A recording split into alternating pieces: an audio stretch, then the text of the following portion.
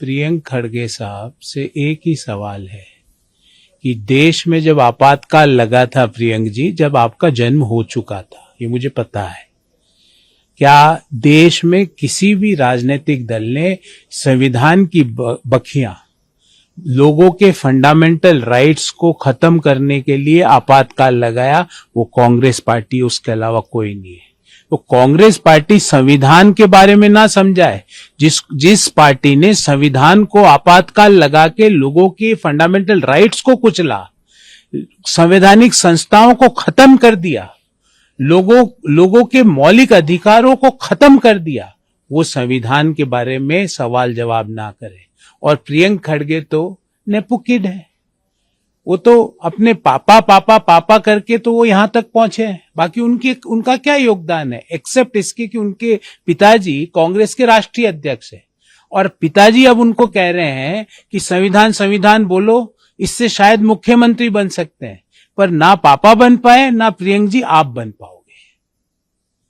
Sir, जिस तरीके से राहुल गांधी डर का माहौल बना रहे हैं, और ये जो जंतर मंतर पर प्रदर्शन कर रहे हैं, ये लोग टुकड़े टुकड़े, राहुल गांधी को ये जवाब देना चाहिए कि नीट परीक्षा के दौरान देश के प्रधानमंत्री हवाई अड्डे पर रुके रहे ताकि छात्रों को डिस्टरबेंस ना हो, पर कांग्रेस के लोग बेंगलुरु में पॉलिटिकल रैलियां करते रहे, कर्नाटक में रैलियां करते रहे, सैकड़ों लोगों की परीक्षा सेंटर में पहुंचने में व्यवधान उत्पन्न करा कांग्रेस पार्टी ने, सैकड़ों लोग नीट परीक्षा देने से वंचित हो गए।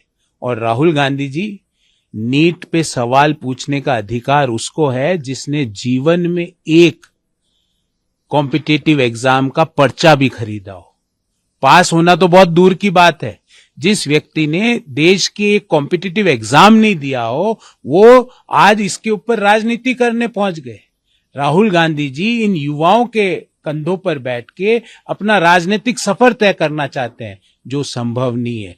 आप जेन एक्स से भी रिजेक्टेड हो राहुल जी, आप जेन वाई से भी रिजेक्टेड हो राहुल जी, आप जेन जी से भी रिजेक्टेड हो राहुल जी, आप जेन अल्फा से भी रिजेक्टेड रहोगे। ये मैं आज आपको बता रहा हूं, क्योंकि नेपोटिज्म, परिवारवाद, वंशवाद का दौर खत्म हो गया। आप उनके युवाओं के, नीट वालों के कंधों पर चढ़ के अपनी राजनीति चमकाना चाहते हो।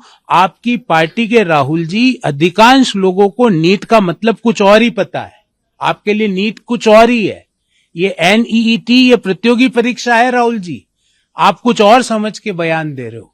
वो बयान देना बंद कीजिए और युवाओं के, जेनजी के कंधों पर उनको उकसा के, उनको बरगला के राजनीतिक रोटी सेकना बंद कीजिए। केंद्रीय साहब ने जिम्मेदारी भी ली है, जिस तरीके से ये रकस क्रिएट होता हुआ दिखाई दिया सर, और कुछ आत्महत्या भी हुई, उसके पूरे पारदर्शी तरीके से नीट कराई गई है और योग्य लोगों को योग्य कॉलेजों में स्थान देने का काम हम करेंगे, पूरी पारदर्शिता से और बिना किसी व्यवधान, बिना किसी इश्यू के नीट परीक्षा संपन्न हुई।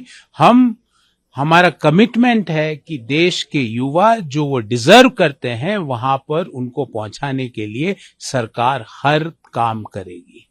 प्रेसिडेंट ट्रंप ने ट्रुथ शो कह रहे हैं कि स्ट्रेट ऑफ हॉर्मुज से कल 19 मिलियन बैरल तेल गुजरा है, जो अब तक का रिकॉर्ड है। अच्छी बात है, और भारत ने तो अपनी विदेश नीति की ताकत दिखाई है। जब स्ट्रेट ऑफ हॉर्मुज अवरोध भी था, तो जिन जहाजों पर भारत का तिरंगा लगा था, वो जहाज स्ट्रेट ऑफ हॉर्मुज से आए। देश में तेल की सप्लाई चेन का डिसरप्शन बिल्कुल नहीं हुआ, रसोई गैस सिलेंडर के सप्लाई चेन में डिसरप्शन बिल्कुल नहीं हुआ। ये भारत की विदेश नीति, भारत की आर्थिक नीति, 140 करोड़ लोगों के कंजम्पशन की ताकत और फास्टेस्ट ग्रोइंग लार्ज इकोनॉमी जो कि भारत है, उसकी ताकत को दर्शाता है। महाराष्ट्र 100% सकारात्मक है, ऐसा योगेश। देखिए, संविधान की जब निर्माण हो रहा था, संविधान सभा की बैठकों में डॉक्टर अंबेडकर ने भी यूसीसी का पक्ष लिया था और कहा था एक देश में दो विधान नहीं हो सकते। पर देश की आजादी से लेकर 2014 के बीच में प्रमुखता कांग्रेस की सरकारें रही और उन्होंने तुष्टीकरण की नीति को अपनाते हुए इस मसौदे को, इस एजेंडा को आगे नहीं बढ़ाया।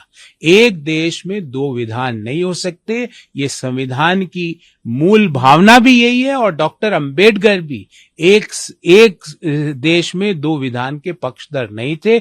उसी मूल भावना को आगे ले जाते हुए हमने कमिटमेंट किया, हर राज्य के जो संकल्प पत्र है उसमें कमिटमेंट किया कि हम यूसीसी लागू करेंगे और हम स्टेट दर स्टेट कर रहे हैं।